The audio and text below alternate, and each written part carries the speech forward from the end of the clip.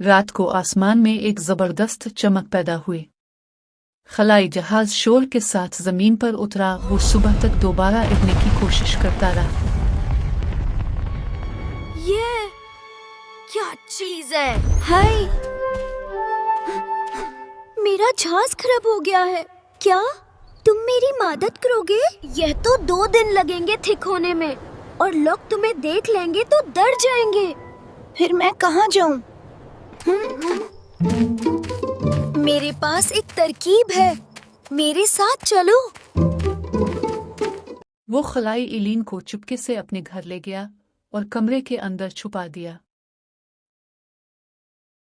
2 दिन तक बच्चा अपने दोस्तों के साथ मिलकर जहाज की मुरम्मत करता रहा।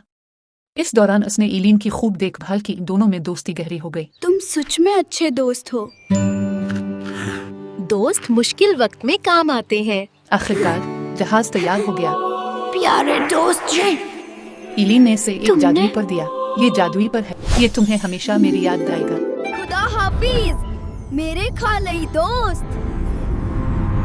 और फिर वो इलीन दोस्त चला गया।